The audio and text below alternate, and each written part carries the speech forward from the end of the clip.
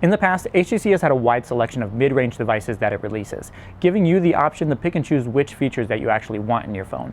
But since HTC's been cutting back on the total number of unique devices that it releases every year, in the second half of 2017, we only have one mid-range device from HTC. I'm Nick Gray, the High-Tech Traveler, and this is my review of the HTC U11 Life.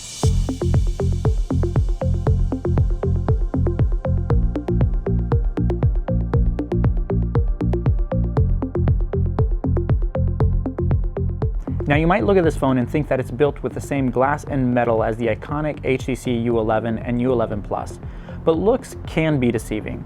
The overall design matches the same liquid surface design language as HTC's more expensive phones, but the second that you hold the U11 Life in your hand, you'll be greeted by the warm feeling of plastic. Now obviously, HTC couldn't build the phone in the same way that its flagship devices are built, since this device here only costs $300 when you pick it up from T-Mobile.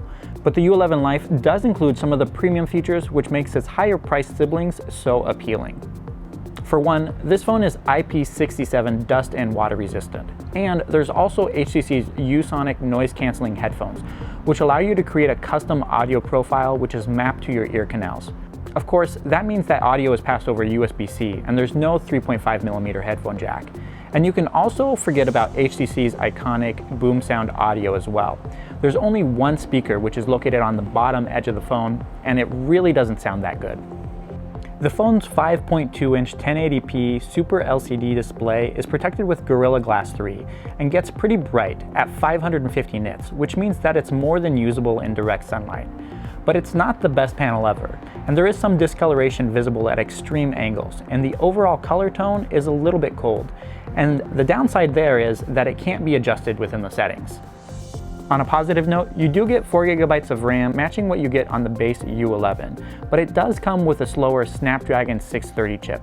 The chip definitely feels underpowered when you match up this smartphone against devices that use the latest Snapdragon 835 processor, but it can still handle its own.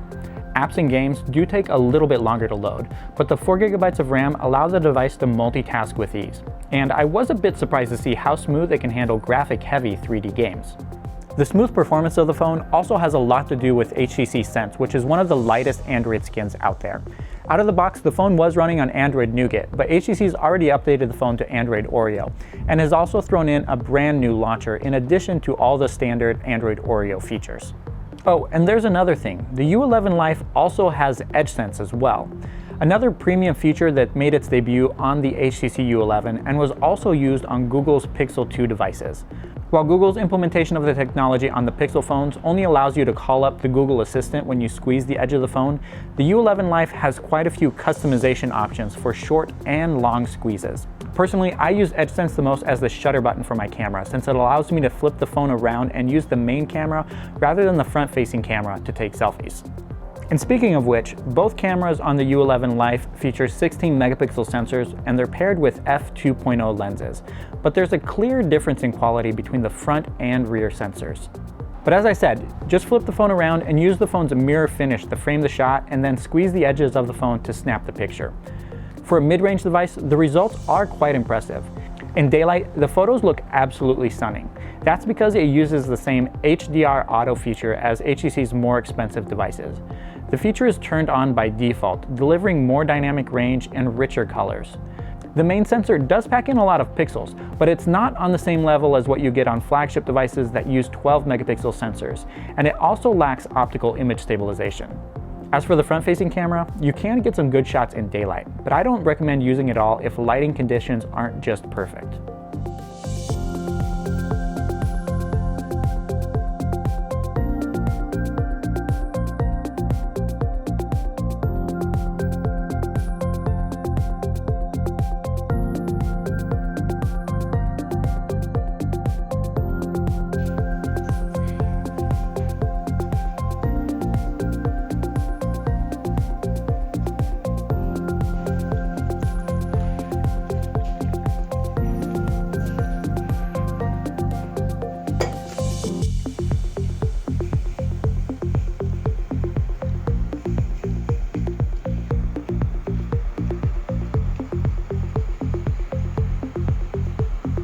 Now you might think that a 2600 mAh battery would be the first clue that battery life on the U11 Life is pretty bad.